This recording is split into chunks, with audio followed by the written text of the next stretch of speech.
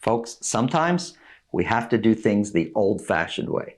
I'll get into that and then the latest home prices and insights for the Peel and Durham region for week ending December 6, 2023. Over the last few weeks, hundreds of you have subscribed.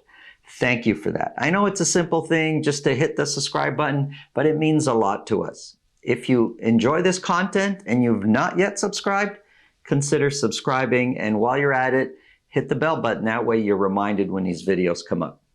So I'm dealing with a comment here I want to address. The comment went something like, are we able as realtors to present offers in person? So let me address that, and let me address it by talking about a personal experience earlier this year.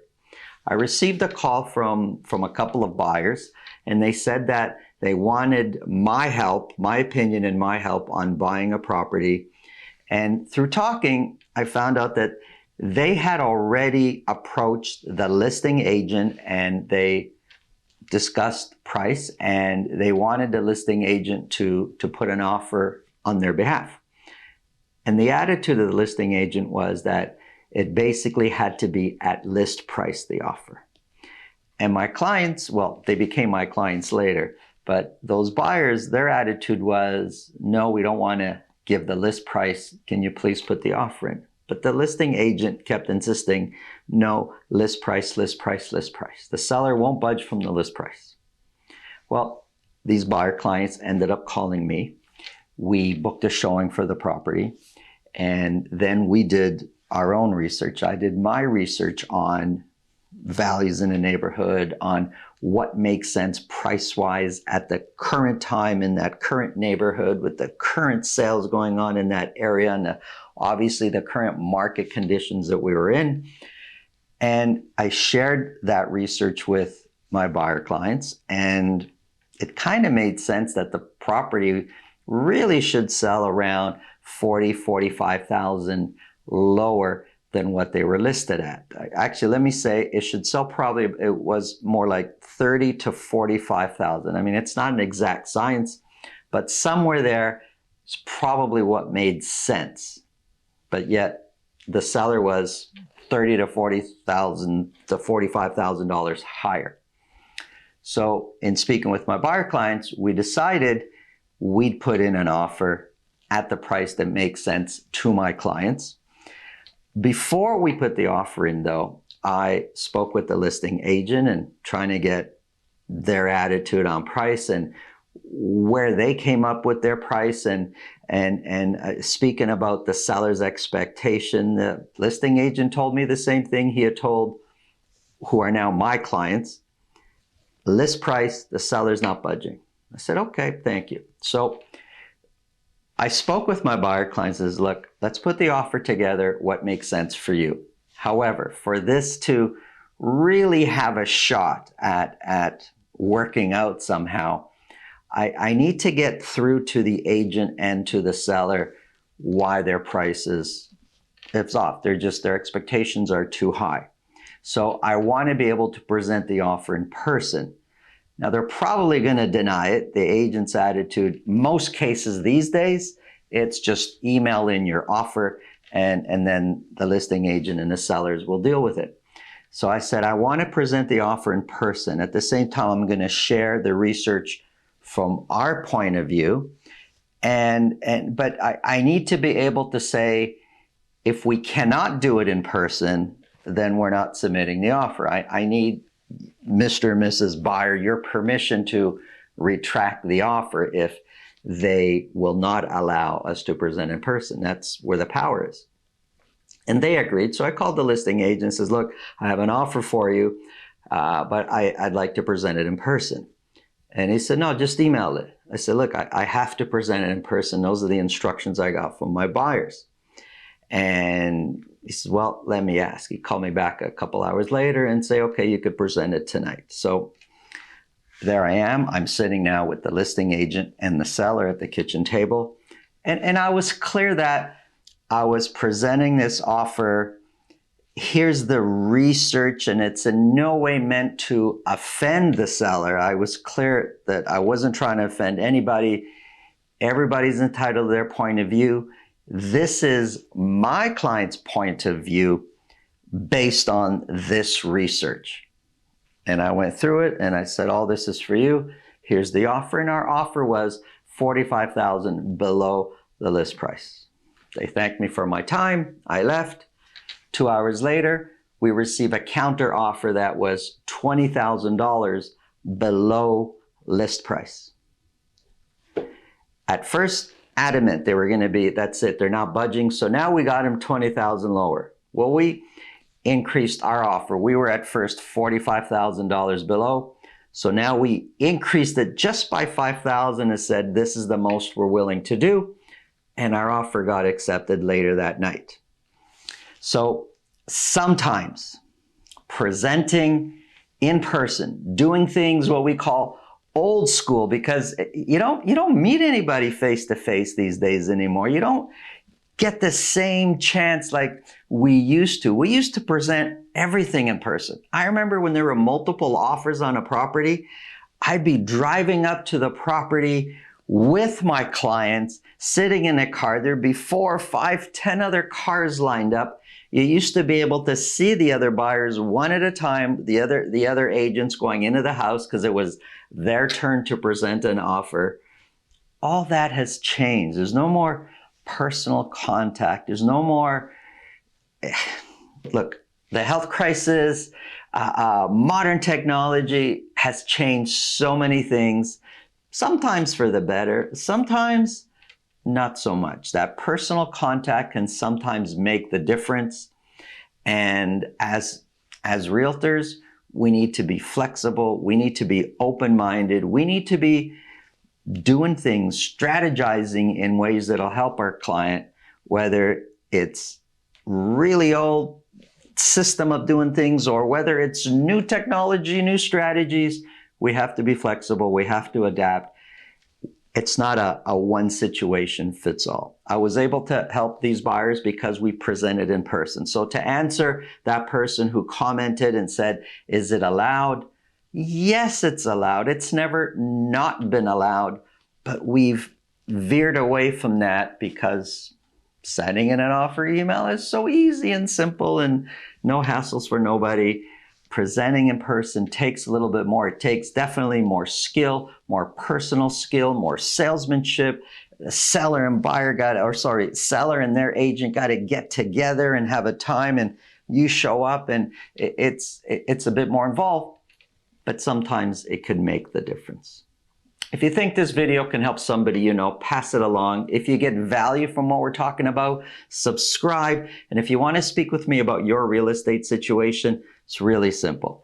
Up here, there's a link to my calendar. Down below in the description, there's a link to my calendar. Click on that, book a time that's convenient for you, and we'll talk about whatever's on your mind. Now, let's get into the Peel and Durham numbers.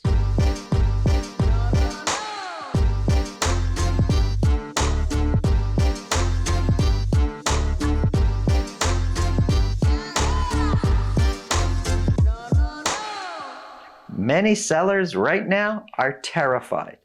Think about it. You're on the market, fewer and fewer buyers are showing up. And as we approach the year end, we're in December already, you know, each day your chances are actually diminishing. They're not improving, they're diminishing. Some sellers are freaking out. They're terrified right now. Let's get into the numbers. Here's average sold prices for detached properties only. Brampton and Durham, and Mississauga's up here. Brampton and Durham. Now, usually average sold price for Brampton is higher than Durham, but a few times over the course, and I just have 3 months here, but a few times Durham average price is slightly higher. That's what we have here for week ending December 6th. Durham is just slightly higher than the average sold price for Brampton. Mississauga, still top dog out there. So we're going to start off with Mississauga. I got a whole year here broken down by week. 22 detached properties were sold. Sales are trending down. We see this often. We see it seasonally. but there's so many other pressures with buyers and interest rates and buyers having access to mortgages. It's so much more difficult to get a mortgage these days. It costs so much more. That's for sure playing into the volume of sales. But seasonally speaking, sales do come down this time of year. So 22 detached properties were sold.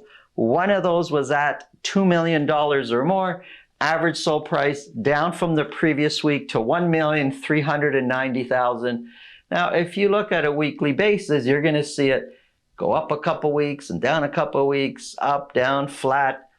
Overall, prices are trending down, and that's really what we're looking at. Not so much the weekly per week transactions, but what's the trend line looking like? Compared to last year, 1390 is 5% higher than where we were the same week a year ago. The median price is 7% higher. Median price is 1,311,000.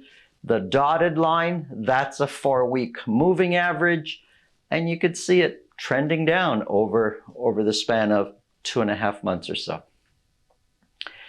22 were sold, 14% sold at list price or more. Now, we're often throwing out these percentages of 14%.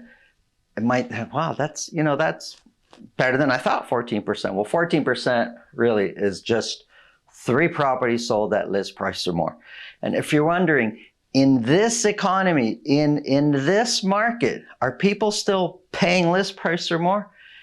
No matter what, that will always be the case, no matter how bad or terrible you think the market is, just because some sellers are going to be pricing so low because they need that quick sale that it makes sense to, pay the list price or to compete a bit for it. So it depends on the strategy and how low that list price is. It doesn't mean someone's paying over market just because they paid more than list price.